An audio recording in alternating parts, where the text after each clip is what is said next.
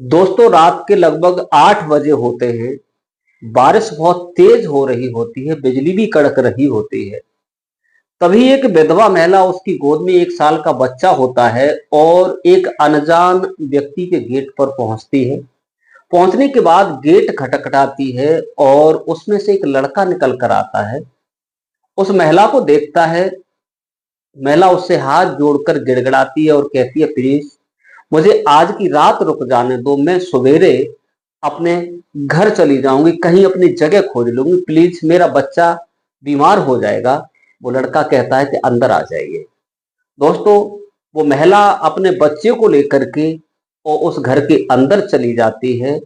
आपने सोचा भी नहीं होगा कि उस महिला और उस लड़के के साथ, उस बच्चे के साथ जो भी हुआ, आप कल्पना करेंगे कि आखिरकार ऐसा भी हो सकता है कि लोग ऐसे भी दुनिया में हैं जो कि किसी को नहीं समझते हैं, और समझने वाले होते हैं वो कुछ और ही लोग होते हैं। दोस्तों, बड़ा ही इंटरेस्टिंग कहानी है।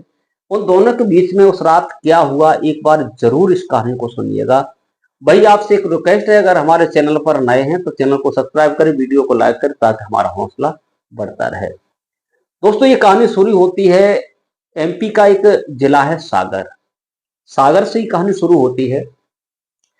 लड़की का नाम होता है मीरा। मीरा ये बहुत सुंदर, पढ़ने लिखने में होशियार थी लड़की। और सागर के ही एक गांव में इसके पिता, जो कि एक नहर विभाग में काम करते थे, जिनका नाम था मनोहर लाल, उनकी एक ही लड़की थी। 2 लड़के थे, बड़ी लड़की थी। तो इन्होंने देखा कि लड़की ने बीएससी कर रखा है, तो लड़की के हिसाब से ही लड़का होना चाहिए, सुंदर लड़का हो, पढ़ा लिखा हो। तो उन्होंने एक रिश्ता तय करते हैं सागर में ही।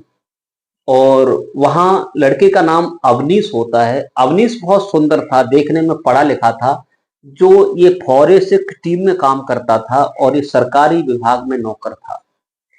दोस्तों, लड़का ठीक ठाक होता है, घर वाले देखते हैं, लड़की देखती है। कहते हैं कि जब शादी होती है तो लड़का लड़की एक दूसरे को जरूर देखते हैं। लड़की लड़का को देखती है, लड़का लड़की को देखता है, एक दूसरे को पसंद कर लेते हैं। राजी बाजी होता है और समय के अनुसार अनुष्ठान रचाया जाता है। शादी का समय होता है, रिंग पहनाई जाती है और दोनों की समय के अनुसार शादी भी हो जाती है। शादी होने के बाद जो मीरा होती है, अवनीश की पत्नी बनकर अपनी ससुराल पहुंचती है सागर। ससुराल जब पहुंचती है, पति पत्नी इतने प्यार से रहते हैं जो कि किसी ने सोचा भी नहीं था। लेकिन उसके घर वाले जो थे, अवनीश और मीरा के प्यार से कुछ जलन करते थे। इसके चलते मीरा की जेठानी और सास भी उससे नफरत करती थी, लेकिन उसका पति जो था पलकों में बैठा के रखता था, क्योंकि उसे जो कि ऐसी पत्नी मिली थी। मीरा एक घर को संभालने वाली थी, सुशील थी, लेकिन कहते हैं कि किस्मत कभी भी साथ छोड़ देती है। 21 मई 2023 को रात का वक्त होता है और जो अवनीश होता है अपना टीम से काम करके घर आ रहा था, जो कि वन विभाग की टीम से और जंगलों के बीच से जब घूमता हुआ आ रहा था, अचानक एक जो जानवर होते हैं, पालतू जानवर होते हैं, आवारा पशु होते हैं, आकर उस बाइक से टकरा जाते हैं और वहीं ठोर पर ही अवनीश की मृत्यु हो जाती है। अवनीश खत्म हो जाता है। मीरा उस समय लगभग 1 महीने की प्रेग्नेंट होती है। दोस्तों, उसके बाद में अवनीश की जब पत्नी को पता चलता है, घर वालों को पता चलता है कि अवनीश इस दुनिया में नहीं रहा, तो घर में कोहराम मच जाता है। मीरा भी मानो उसने प्राण ही नहीं निकले हो, पति की लाश पर विलाप करती है। लोग कहते हैं कि वास्तविक मीरा और अवनीश की जोड़ी थी। कहते हैं कि पति पत्नी अगर एक जैसे मिल जाते हैं तो वो जोड़ी टिकती नहीं है। अब वो अधूरी हो गई, न जाने किस मनहूस की उन दोनों को नजर लगी, जो कि जिंदगी ही दोनों ही खो बैठे। इसके बाद में मीरा अकेली रह जाती है, लेकिन उसकी सास और जेठानी उसे ताना मारना शुरू कर देते हैं। 15-20 दिन की बात, मीरा जो अपने मैके चली जाती है। मैके जाने के बाद उस समय रहती है, उसका गर्भ बढ़ने लगता है, लेकिन उसके भैया भाभी उसे ताने मारने लगते हैं। तो मीरा जो थी फिर अपने, उसका पिता उसके ससुराल कर देता है। ससुराल आने के बाद जो जेठानी थी, जेठानी पूरा काम करवाती थी, जो कि बेचारी गर्भवती होते हुए भी सारा घर का काम करती थी। और उसे अच्छा खाना नहीं दिया जाता था, सास भी नहीं सुनती थी, कहती थी कि ये मनहूस पैदा हुई है, मेरे घर में जब से इसका पैर पड़ा है इसने मेरा बेटा खा लिया, ये नागिन है, पचासों तरीका की उससे बातें की जाती हैं। लेकिन मीरा सब कुछ सहन करने वाली थी, सहन करती रहती है, सोचती है कि आखिर मेरे पति की निशानी आखिरी है, मेरे गर्भ में जो बच्चा है मेरे पति की ही तो निशानी है, एक दिन ऐसा होगा कि सब कुछ ठीक हो जाएगा। लेकिन दोस्तों, कहते हैं कि जिसका कोई नहीं होता है उसका भगवान होता है। लेकिन दुनिया वाले तो कुछ भी कहते रहे, कुछ भी करते रहे, लेकिन परमात्मा जो करेगा, ईश्वर जो करेगा उसे मंजूर होता है। लेकिन समय के चलते हुए उसको एक बेटा पैदा होता है। बेटा मानो ये मालूम पड़ता था कि अवनीश का स्वतः ही चेहरा हो।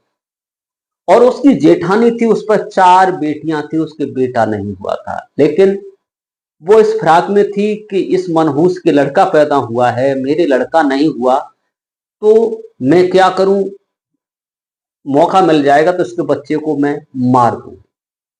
लेकिन दोस्तों, कई बार उसने दूध में ऐसा ऐसा भोजन दिया उसके मीरा के बच्चे को, सारा काम कराती थी।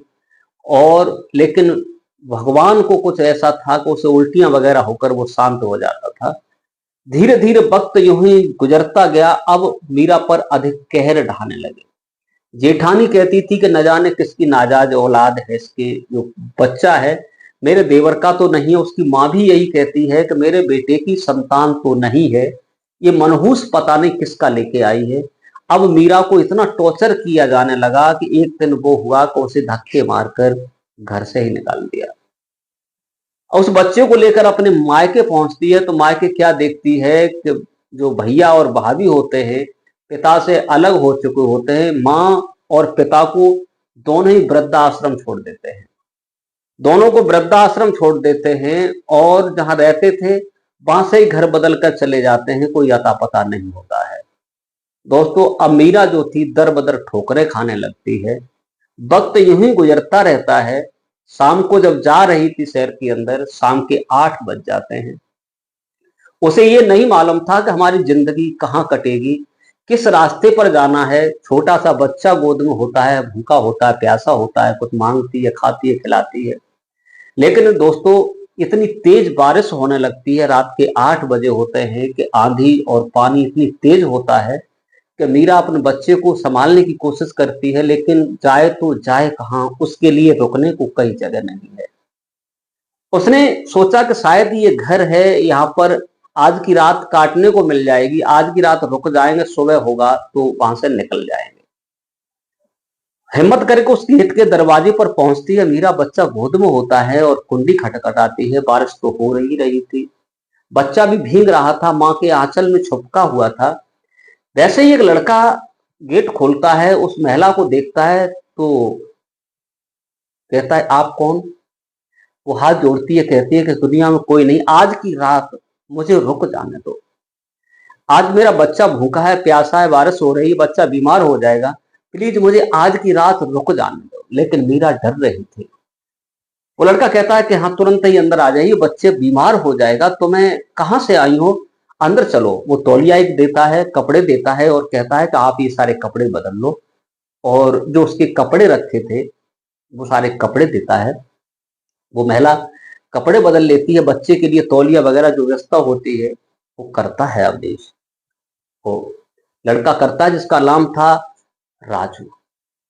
राजू वो सारा काम करता है। अवनीश की पत्नी जो विधवा थी वही रुकी है। लेकिन लड़का जाता है, उसने खाना पीना जो बना के रखा था वो सारा खाना लेके आता है और माँ और बेटे को देता है। लेकिन बच्चा जो था दूध पीता था और इतना खाना भी नहीं खाना जानता था। लेकिन वो संकोच के मीरा बोल नहीं पाई थी। बच्चे को कुछ खाना खिलाया लेकिन वो बच्चा खाना नहीं खाता है, दूध मांगता है, माँ मुझे दूध चाहिए। लेकिन दूध तो था नहीं। लेकिन राजू था, राजू उस बात को भांप जाता है। तुरंत ही अपने पड़ोसी के यहाँ एक फोन करता है और कहता है कि आपकी भैंस अगर निकल गई हो, दूध निकल गया हो तो आज मुझे 1 लीटर दूध की आवश्यकता है, कुछ मुझे बनाना है। तो उधर से आवाज आती है, जी ले जाओ, दूध रखा है। तो राजू चला जाता है। जाने के बाद और 1 लीटर दूध लाता है, दूध गर्म करता है और मीरा को देता है। लो, बच्चे ने दूध नहीं पिया है, इसे दूध पिला दीजिए। मीठा पीता है या ऐसे ही पी लेगा? मीरा उसकी तरफ देखती है, देखने के बाद दूध लेती है, बच्चे को दूध, बच्चा न जाने कब से भूखा था, लगभग 1-2 नप्पल दूध पी जाता है बच्चा। इसके बाद सो जाता है और अवनीश की पत्नी जो थी मीरा, वो भी लेट जाती है, लेकिन पेट में डर भरा हुआ था कि न जाने हमारे साथ क्या होगा। राजू कहता है कि आप डरने की कोशिश मत करो, मैं उनमें का नहीं हूं, आप सोइएगा, चैन से सोइए, सवेरे आप यहाँ से निकल जाना। लेकिन दोस्तों, उसे कहाँ नई जगह नींद आती है। आने के बाद जो राजू सुबह होता है, अपना सो रहा था, वैसे ही मीरा जागती है, झाड़ू वगैरह करती है। राजू जहां लेटा हुआ था वहां एक बड़ी सी तस्वीर लगी होती है और वैसे ही मीरा वहां पहुंचती है तो वो लड़का जग जाता है और कहती है कि आप सोइएगा, मैंने झाड़ू पोंछा सारा कर दिया है। लेकिन जब ये बात वो लड़का सुनता है, राजू तो कहता है कि आपने ऐसा क्यों किया, आप तो हमारे मेहमान हैं, मुझे करना चाहिए, लेकिन तुमने बहुत गलत किया। मीरा कहती है कि मेरा फर्ज बनता था। लेकिन एक बात पूछ सकते हैं, आप अकेले रहते हैं, ये महिला कौन है जिसमें ये हार चढ़ा हुआ है? तो जो लड़का था वो रोने लगता है। राजू कहता है कि बस यही मत पूछो, मेरी दुनिया थी, मेरी जिंदगी थी, ये मेरी पत्नी है संध्या, आज इस दुनिया में नहीं है। इतनी कहकर के वो रोने लगता है राजू। मीरा उसे सांत्वना बनाती है और कहती है कि ये संसार का आना जाना है। दोस्तों, उसके बाद में मीरा अपने बच्चे के पास चली जाती है, बच्चा जग जाता है और अपने कपड़े लत्ते इकट्ठे करती है और कहती है कि प्लीज अब मुझे जाने दीजिए, आपका शुक्रिया है, अब मुझे कहीं काम ढूंढने दो, मैं काम करूंगी, उसके बाद ही कुछ आगे का कार्यक्रम बढ़ेगा। राजू थोड़ी देर सोचता है, कहता है कि काम कैसा, क्या काम करोगी, तुम मेरे घर पे ही काम करती रहो, ये बच्चा तुम्हारा है, कारण क्या है? दोस्तों, वो कहती है ठीक है, मुझे तो काम है, बोले मेरे घर काम करती रहो, ये सारा कुछ होता रहेगा। दोस्तों, उसके कुछ समय के बाद एक दिन वो लड़का पूछता है कि आखिर ये सब बात क्या है? तो मीरा सारी बात सच्चाई बता देती है कि मेरे पति इस दुनिया में नहीं रहे, मुझे घर वालों ने निकाल दिया है, मेरा ये बच्चा है, अब इसे कोई नाम देने वाला भी नहीं है। दोस्तों, जब 2-3 महीने हो जाते हैं तो एक दिन मीरा उसे अपने पास बुलाती है और कहती है कि दुनिया के लोग, महिलाएं ताने मारती हैं, कहती है कि महिला को ये किसको घर में बुला लाया है, तुम्हें भी कलंक लगने वाला है, मुझे जाने दीजिए। राजू जो कहता है कि आप क्यों परेशान हो, अगर तुम उजर न हो तो तुम्हारी जिंदगी में तुम्हारे बच्चे को मैं नाम दे सकता हूँ। ये बात तो मीरा सुनना ही चाहती थी और कहती है कि अगर ऐसा कहाँ रखा है मेरी किस्मत में, मैं तो एक बहुत छोटी चीज हूँ। लेकिन राजू उसी जगह ठाकुर जी के सामने खड़े होकर के उसकी मांग में सिंदूर भरता है और सिंदूर भरने के बाद मंदिर में, माँ के मंदिर में जाकर के 7 फेरे लेता है और उसे पत्नी बनाकर सबके सामने दिखा देता है कि एक विधवा की इज्जत करने वाले लोग भी पड़े हैं। जो लोग रोज ताना मारा करते थे, उस राजू को परेशान करते थे कि विधवा के संग रंगेलियां मना रहा है, और उस महिला से भी महिलाएं कहा करती थी, आज वो पति पत्नी दोनों बन करके बड़े प्यार से रह रहे हैं। जो कि उस अनजान लड़के ने उसे अपने घर में रुकाया और उस विधवा की जिंदगी में सब कुछ दे दिया। दोस्तों, कमेंट में जरूर बताइए, क्या उस लड़के ने सही किया? जो अवनीश की पत्नी मीरा थी, विधवा थी, राजू ने उसे अपना लिया और उसकी जिंदगी को आगे बढ़ा दिया। दोस्तों, अगर ऐसा संसार में होना लगे तो सारी कुरीतियां, सारी भ्रांतियां दूर हो जाएं और लोग अपने नियम संयम से चलने लगे। दोस्तों, ये थी कहानी जो हमने आपको सुनाई। कमेंट में अपनी राय जरूर बताइए, क्या सही है, क्या गलत है।